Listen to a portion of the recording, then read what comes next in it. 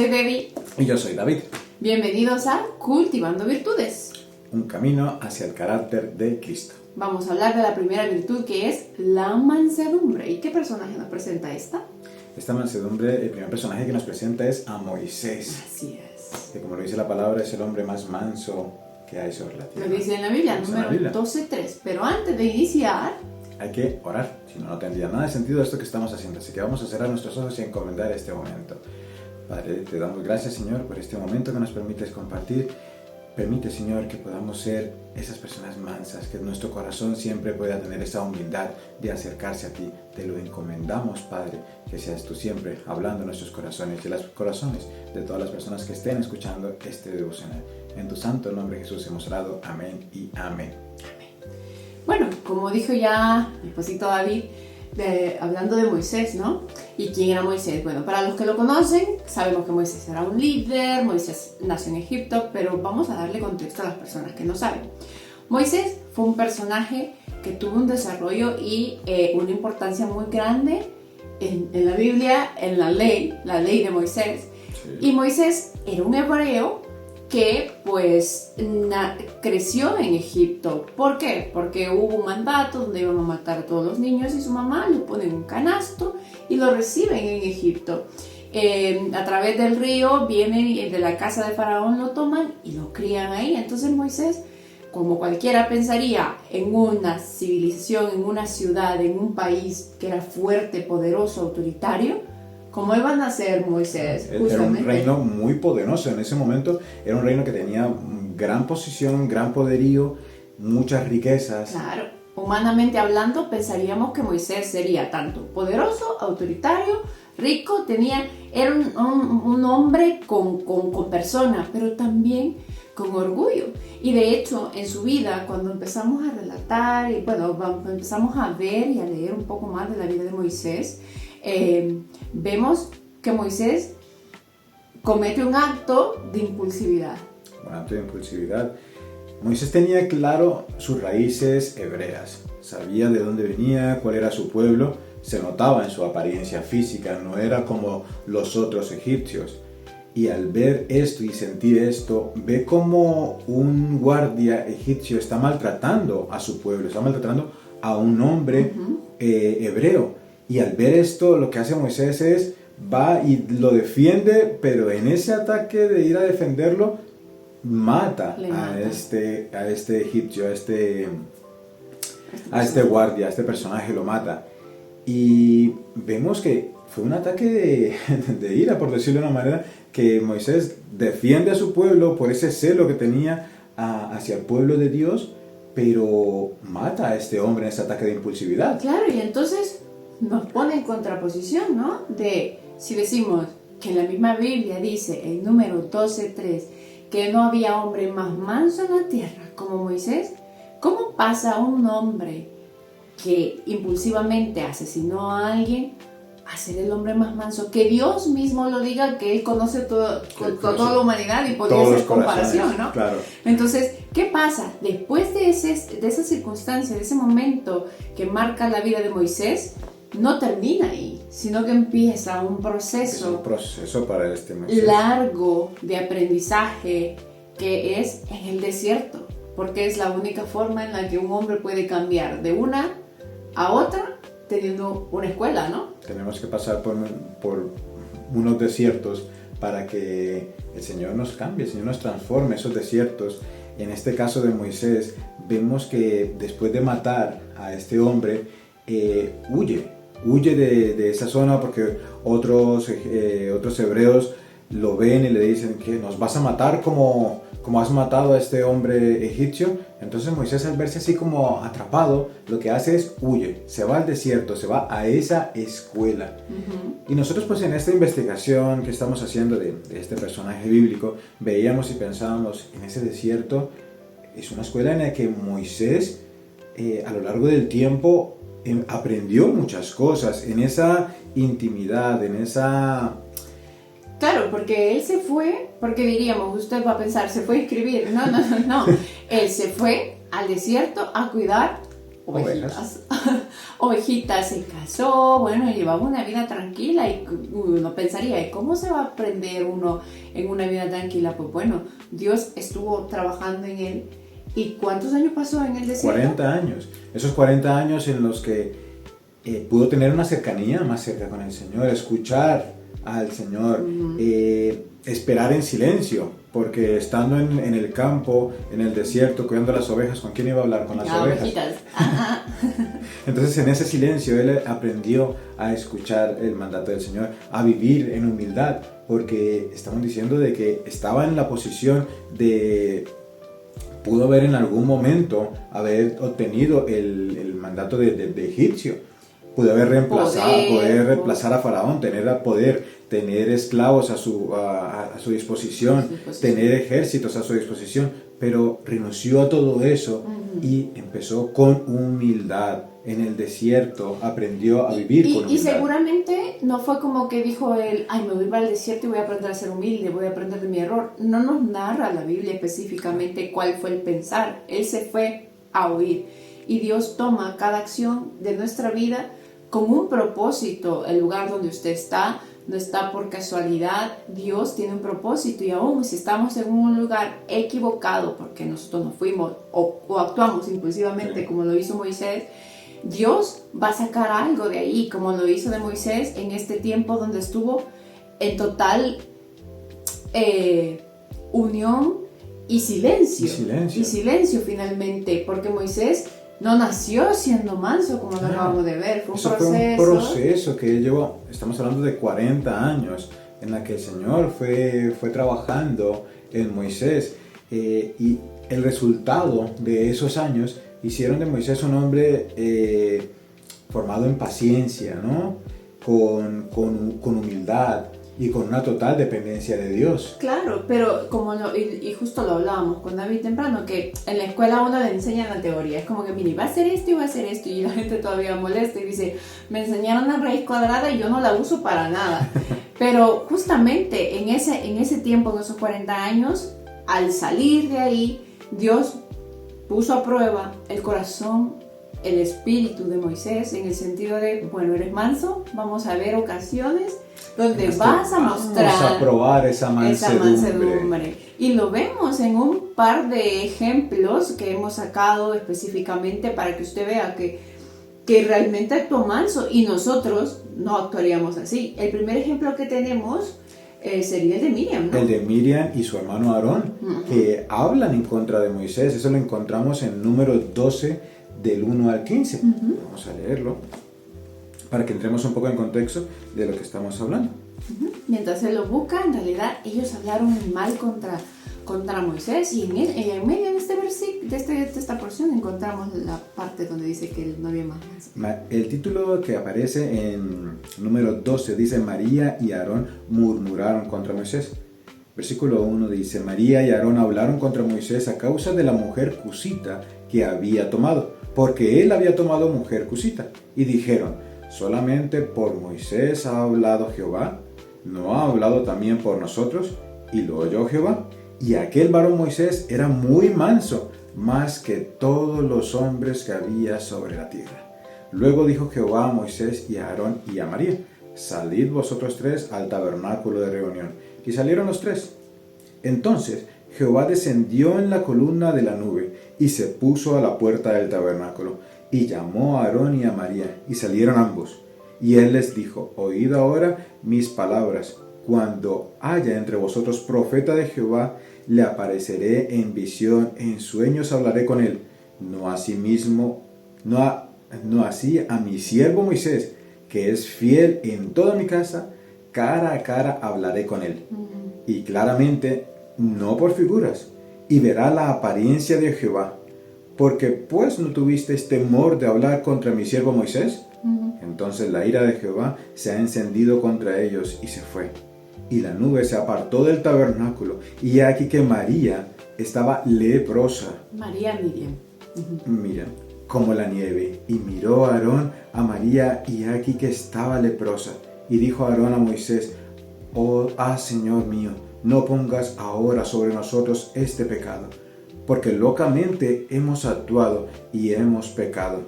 No quede ella ahora como el que nace muerto, que al salir del vientre de su madre tiene ya medio consumida su carne. Entonces Moisés clamó a Jehová, diciendo: Te ruego, oh Dios, que la sanes ahora. Respondió Jehová a Moisés: Pues si su padre hubiera escupido en su rostro, ¿no se avergonzaría por 7 días? Sea echada fuera del campamento por 7 días, y después volverá a la congregación. Así Miriam, fue echada del campamento 7 días, y el pueblo no pasó adelante hasta que se reunió María con ellos. Después el pueblo partió de allí donde están. Entonces, es una historia que vemos. Uno, Moisés no dijo nada. No dijo nada. Le está y entonces el Señor dice, ¿verdad? Un poco como salgan los tres y dice, ¿por qué han hablado de mi siervo Moisés? Qué fiel, qué manso. Y entonces viene Dios y Él le respalda, ¿no? Ahí cualquiera de nosotros hubiera estallado unida porque estos, mis hermanos, ¿por qué hablan en contra mía? ¿No? En cambio, sí, Moisés pero si solamente... son mi sangre, ¿por qué me hacen esto? ¿Por qué me atacan? ¿Por qué van contra mí? Habían celos, había orgullo, había rebelión en las palabras de ellos dos y era como, ¿cómo puede pasar esto? Entonces, después de esa escuela que pasó y en este momento también era como tipo un examen, ¿no? Lo podemos ver en nuestra vida de esa forma porque le comento de que hoy que nos hemos propuesto hacer esto, vamos a tener uno y otro encontrón de poner a prueba estas virtudes que estamos aprendiendo. Y justamente Moisés se le pone enfrente y es como, no hagas nada. Moisés no respondió con ira y no se defendió a reclamar su posición. Y que como, ¿qué están hablando de mí? Si yo soy el Señor con el que el Señor habla. No fue esa la manera. O sea, fue muy humilde. Lo que hizo fue hablar, o sea, el Señor fue el que intercedió. Así pasa en nuestra vida. Muchas veces si dejamos que el Señor controle todo.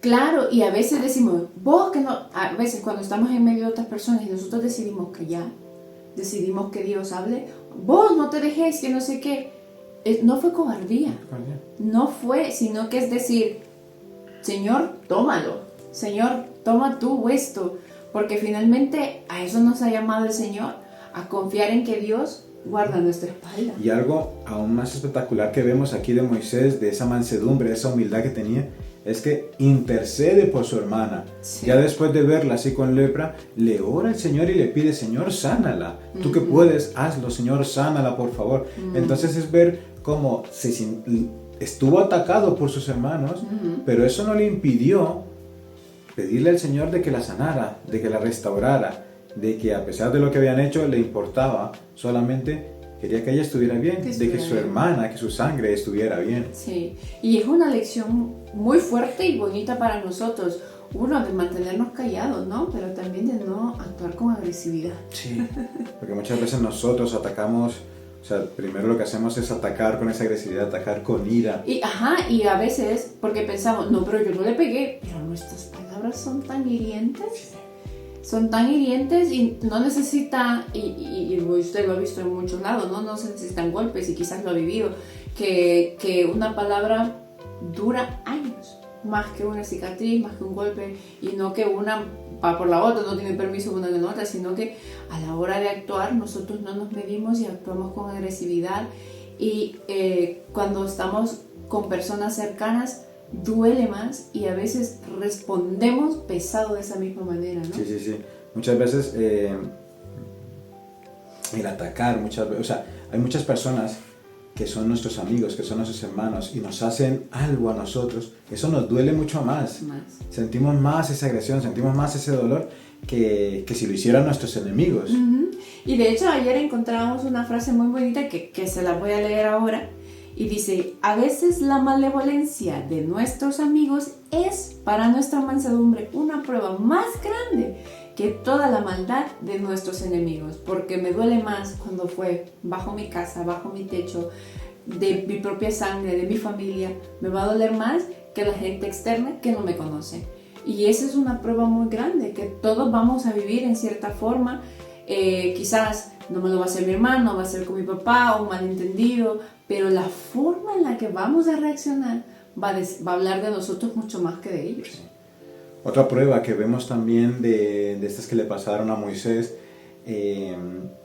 después de esa escuela de 40 años que tuvo, es ver y tratar con todo el pueblo. Ya, ¿no? hemos hablado tantas veces del pueblo de Israel. Hemos hablado tantas veces del pueblo de Israel, pero no era fácil de controlar porque era multitud de gente. Es que en realidad no se podían controlar. No se podían controlar. Entonces, ver que en ese momento, como lo vemos en Éxodo 17, vemos el relato de que el pueblo en ese momento estaba atacando a Moisés. O sea, lo estaban diciéndole a Moisés: ¿por qué nos has traído aquí? ¿Por qué el Señor nos ha traído aquí a morir de sed? Lo voy a leer así rápido. Solo es del agua de la roca. Toda la congregación de los hijos de Israel partió del desierto de Sin por sus jornadas, conforme al mandamiento de Jehová, y acamparon en Refidim. Y no había agua que el pueblo bebiese. Y altercó el pueblo con Moisés y dijeron: danos agua para que bebamos. Y Moisés les dijo: ¿por qué atacáis conmigo? ¿Por qué tentáis a Jehová? Y ahí el pueblo tuvo sed y murmuró contra Moisés y dijo: ¿por qué nos hiciste subir de Egipto para matarnos de sed a nosotros, a nuestros hijos? Entonces, ¿qué viene y hace Moisés? Aquí dice en el versículo 4, él clama. Y le dice a Jehová, dice: ¿qué haré con este pueblo, no? Y dice: de aquí a poco, casi que me apedrean. Y Jehová dijo a Moisés: pasa delante del pueblo, toma contigo de los ancianos de Israel y toma también tu mano y tu vara que golpeaste al río y ve. Y justo le responde el Señor y le da agua, ¿no? Pero aguantarse un pueblo que le estaba aguantando murmuraciones, amenazas de que lo iban a apedrear. Pero... En esta versión, de hecho en Números 14:1 dice, de nuevo, se estaban quejando, ¿no? Ahora se rebelan contra Jehová y daban voces en el 1 y se quejaban contra Moisés y con todos los hijos de Israel, y le dijo a la multitud: ojalá muriéramos en la tierra de Egipto, o en este desierto ojalá muriéramos. Imagínense. ¿Y por qué nos trae Jehová a esta tierra para caer a espada y que nuestras mujeres y nuestros niños sean por presa? ¿No nos sería mejor volver a Egipto? Y decían el uno al otro: digamos un capitán y volvamos a Egipto. Y en fin, querían apedrearlo porque no llegaban a la tierra prometida, porque eran más grandes, saben, tantas cosas. Y Moisés decía: pero ¿por qué conmigo, no? ¿Y qué hacía Moisés? Clamar al Señor, orar al Señor para que Él cambiara los corazones, porque Él sabía que no tenía la fuerza para cambiar los corazones de ese pueblo. Solamente Dios podía cambiar los corazones.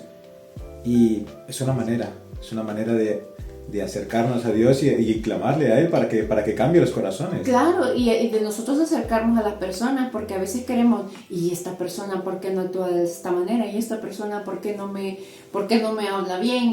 Porque a veces no es que nosotros le hablemos mal a alguien, sino que hay alguien que constantemente nos habla mal a nosotros y es como que yo no me voy a dejar y me va a conocer y tal, vea, y digo esto. Y lo que Moisés sabía y aprende es que él no iba a cambiar el pueblo de la gente, pero Dios sí podía. Y aún cuando la persona sea como sea, el tema principal es usted y yo. Claro. ¿Verdad? Sí. De cómo podemos ser de bendición para esa otra persona. Y precisamente la mansedumbre nos enseña a confiar en Dios. Uh-huh. Cuando la injusticia parece no tener solución, claro, entonces, y que nuestras fuerzas no alcanzan, es el confiar en el Señor, que Él es el que va a poder hacer todas las cosas, el que va a poder darle solución a todos los conflictos y a todos los problemas. Así es, porque la mansedumbre, como empezamos, el devocional no es debilidad, es una fuerza controlada, una fuerza rendida al Señor, y esa es una fuerza interior, ¿no? Que tiene que venir de como lo hacía Moisés. Era un líder fuerte, era un líder decidido y un líder valiente, pero su fortaleza, su fuerza, su poder de decir y autoridad, no, todo estaba bajo la voluntad del Señor. Y bajo el control del Señor, porque como hemos visto, o sea, yo antes escuchaba mansedumbre y yo lo relacionaba con debilidad, ¿no? Muchos lo relacionamos con esa debilidad. Con dejarse. No, es un hombre manso, hemos escuchado, ¿no? Un hombre manso, un hombre menso. O sea, es como dejar que las demás personas te pisoteen, se pasen por encima de ti. Y no, es al contrario, es tener mucha más fuerza de controlarte. Una persona mansa tiene más fuerza que una persona que deja salir su ira Sus descontrolada, emociones. salir sus emociones. Tiene mucho más fuerza una persona mansa porque controla, tiene ese autocontrol. ¿Por qué? Porque se lo entrega al Señor. Que Y la el Biblia Señor es el que dice actúa. dominio propio, ¿no? Dominio propio. Así es que finalmente Moisés, y como en este relato de la peña de Oreb, no lo terminamos de leer, pero tuvo sus fallos. Moisés falló como todos. Pero finalmente él vivía en una constante sumisión a Dios. Pero entonces vemos en paralelo a Jesús, que es el camino, es el carácter de él que queremos caminar, ¿no? Entonces vemos como ese modelo, ¿no? Ese modelo en Moisés, pero vemos ese cumplimiento de esta virtud En Jesús. expresada totalmente en Jesús. ¿Por qué? Porque nuestro Señor Jesucristo sufrió humillaciones, sufrió injusticias, sufrimientos, pero Él nunca respondió con ira. Él nunca se levantó y como que, no, ¿por qué me están haciendo esto? No, Él fue manso de corazón. Y precisamente nos lo dice la Biblia en su palabra, en Mateo 11:29. Dice, aprended de mí, que soy manso y humilde de corazón. Pero ahí hay una palabra clave, aprender. Usted y yo estamos aquí porque tenemos que aprender a Estamos ser... en ese cultivando ¿no? virtudes. Finalmente es como, porque decimos, la mansedumbre de Moisés, la mansedumbre de Jesús, pero ¿cómo se ve la mansedumbre en el día a día? En el día a día. En nuestra vida, bueno, hay 3 ejes que vamos a ver. Primeramente, la mansedumbre con Dios. Es aceptar la voluntad de Dios. Incluso cuando no entendemos las situaciones. Que normalmente es más no normal. entender que entender. En nuestro día a día no entendemos las situaciones, lo que está pasando. Dios, ¿por qué está pasando esto en mi vida? Es entregarle todo y dejarlo a la voluntad del Señor. Decir, vale, está pasando esto en mi vida, Señor, te lo entrego a ti. Y si está pasando es porque tú lo estás permitiendo, tómalo. Es confiar en Dios porque Él obra para bien en nuestras vidas. Él no hace las cosas al azar. Él lo que está pasando en nuestras vidas, si se lo entregamos al Señor, Él va a hacer que todo fluya para bien para nosotros, para nuestras vidas. Justamente, y tenemos, primer eje, tiene que ser la mansedumbre con Dios, porque de ahí depende todo. No va a haber mansedumbre porque no la vamos a saber reconocer, ni vamos a actuar voluntariamente a quererla poner en práctica con los demás, si no está la mansedumbre para con Dios. Y el segundo eje, podemos decirlo así, es la mansedumbre con los demás, donde tenemos que practicar el, silencio antes de reaccionar. Porque muchas veces nuestra cabeza ve alguna cosa, ve algo que nos parece injusto a nuestro criterio y lo que hacemos nos creemos jueces justos y reaccionamos de una vez. Y muchas veces no reaccionamos de la mejor manera. Reaccionamos con agresividad, con condescendencia, que es que hay tantas formas de reaccionar y malamente. A veces malamente y justamente es eso, ¿no? Porque inclusive, no, pero yo no le dije nada, pero se lo decimos en un tono. Muchas veces no es lo que dice, sino es el tonito el tono en el que lo dice. Sí, es como, lo decimos. Lo decimos, que pudimos haberlo. Yo le digo a mi esposo, hay como mínimo número aleatorio, le decía hace un momento, hay 7 maneras diferentes de decirlo. ¿Por qué siempre escogemos la dañina, la que duele, la que nos hace sentir hiriente, más fuerte, la que nos hace sentir que nosotros tenemos la razón? Y al final no es eso. Tenemos que aprender. Si la persona cometió un error conmigo, yo cometí un error con ella, bueno, saber pedir perdón, pero también es importante saber perdonar. Y precisamente como Cristo nos perdonó. Cristo nos ha perdonado todos nuestros fallos. ¿Por qué no podemos perdonar a una persona que ha pasado alguna situación y guardamos ese rencor en nosotros? Y muchas veces nos encontramos gente en la calle que nos habla muy mal, no sabemos qué vida ha tenido, y tampoco es una excusa, pero como dijimos anteriormente, nosotros no estamos aquí para cambiar el corazón de nadie. Dios es quien va a hacer la obra, pero nosotros sí estamos aquí para cultivar el ser mansos y poder ser de bendición para otros. Y el tercer eje es... Y el tercer eje es la mansedumbre con nosotros mismos. Muchas veces ser pacientes con nuestras debilidades. Muchas veces nos desesperamos con nosotros mismos. Ay, no soy capaz de hacer esto. ¿Por qué no puedo hacer esto? ¿Por qué no lo hice bien? Debemos aprender de nuestros errores. Claro. En todo eso que estamos haciendo, siempre aprendemos algo. No nos castiguemos. No nos castiguemos porque nos afecta, nos va deteriorando a nosotros interiormente. Claro, pero tampoco demos rienda de que, me equivoqué, porque entonces ya es adrede, no es un hecho de, ay, es que siempre le hablo mal a esta persona porque me cae mal, porque tal. Siempre va a haber una excusa para hacer las cosas a nuestra manera, pero en ningún momento suficientes razones para hacerlas correctas. Entonces, de hecho, hay que darle vuelta a la tortilla y decir, tengo todas las razones para hacerlo correctamente, tengo que dejar de hacerlo como suelo hacerlo. Y este proceso de cultivar la mansedumbre tiene también 3 aspectos, ¿no? Hay como 3 pasos principales para poder cultivar una mansedumbre, según lo que hemos investigado, lo que hemos trabajado.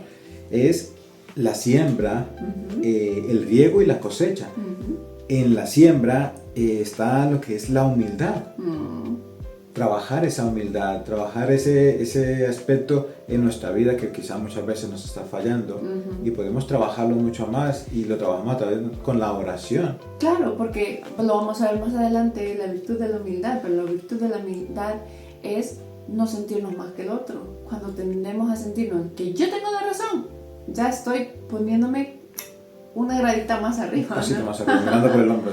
Así como que, pues yo te dije. Entonces, esa pequeña siembra de humildad nos va a ayudar. Esa pequeña siembra de oración nos va a ayudar. Esa pequeña siembra de obediencia a lo que Dios nos manda, dice, aprender a mí, que soy manso. Como veíamos en la vida de Moisés, ¿no? Que él actuó con humildad, oraba, era obediente a lo que el Señor le decía. Y obedecía a lo que el Señor le decía.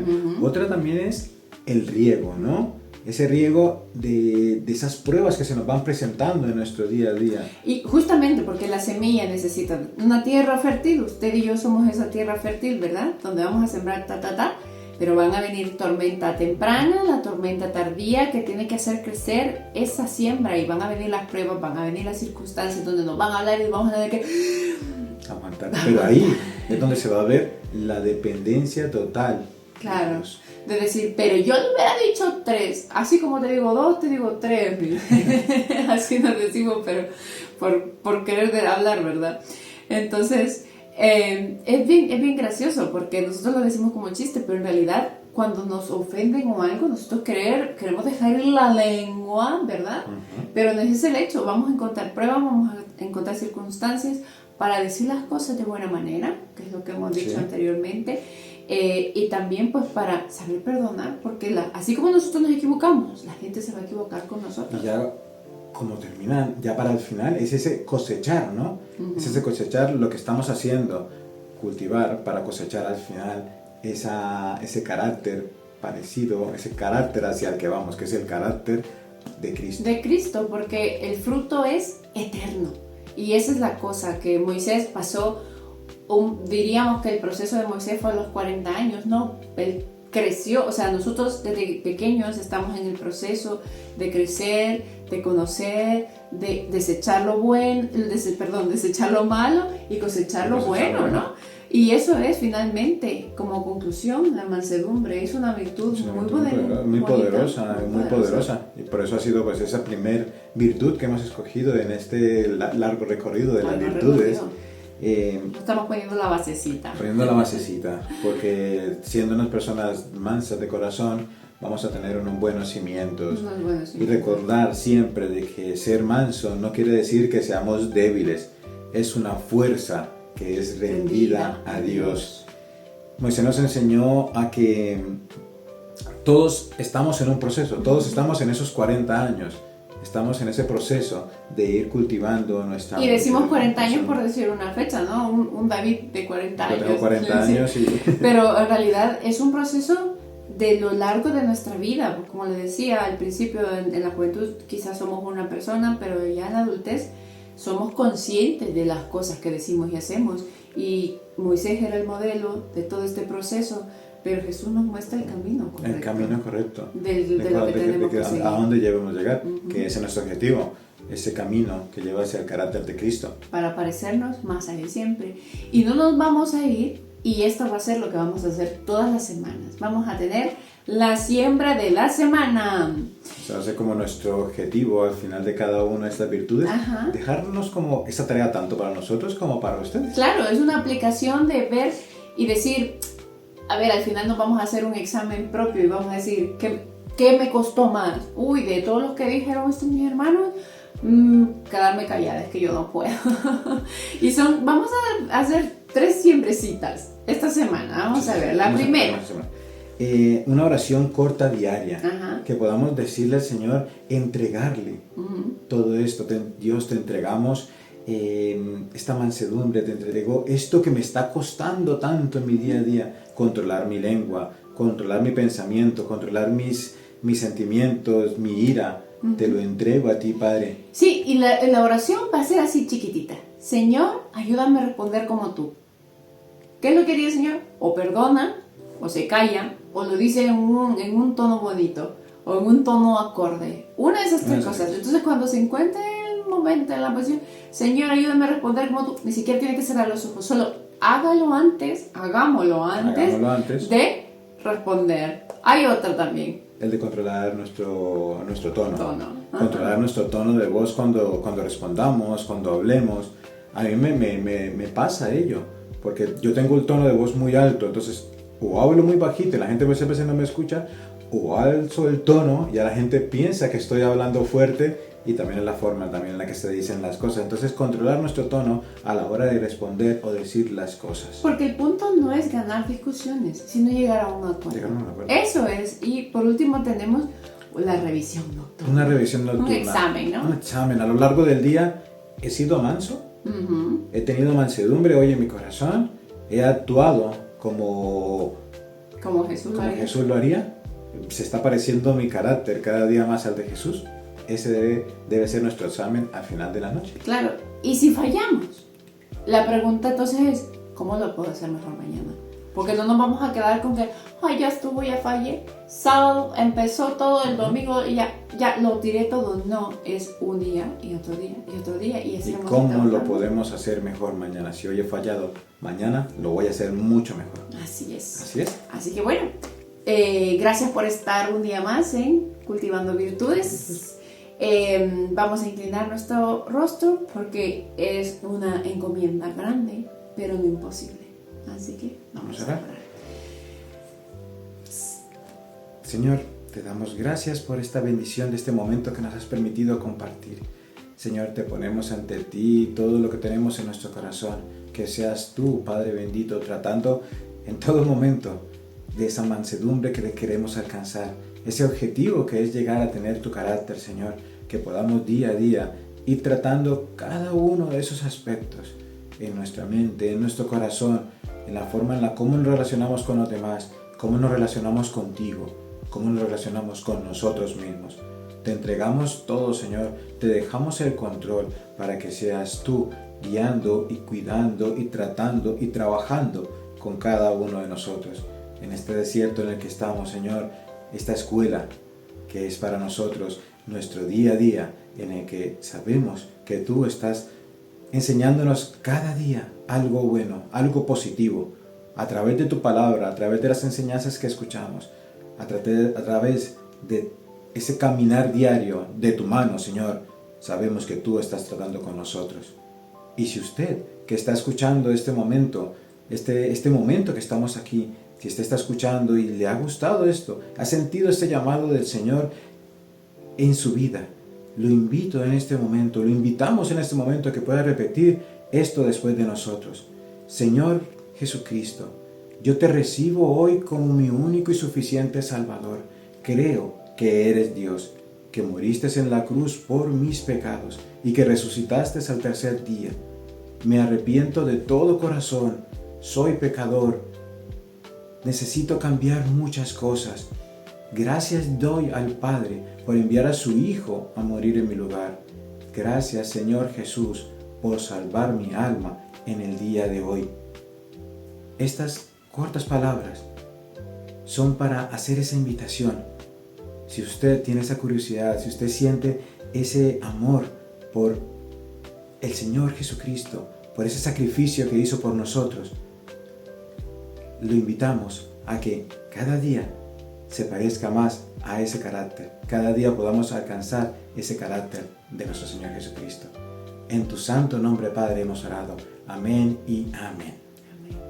Así que sean todos muy bienvenidos a cada episodio. Y justamente lo que acaba de decir mi esposo, parecernos al Señor Jesús. Para parecernos a Él, primero tenemos que conocerlo. Tenemos que Entonces, si conocerlo. usted todavía no le conoce, no se tarde. Abre su corazón a Él porque Él le está esperando. Eso, Fran. Nos Hasta vemos la próxima semana.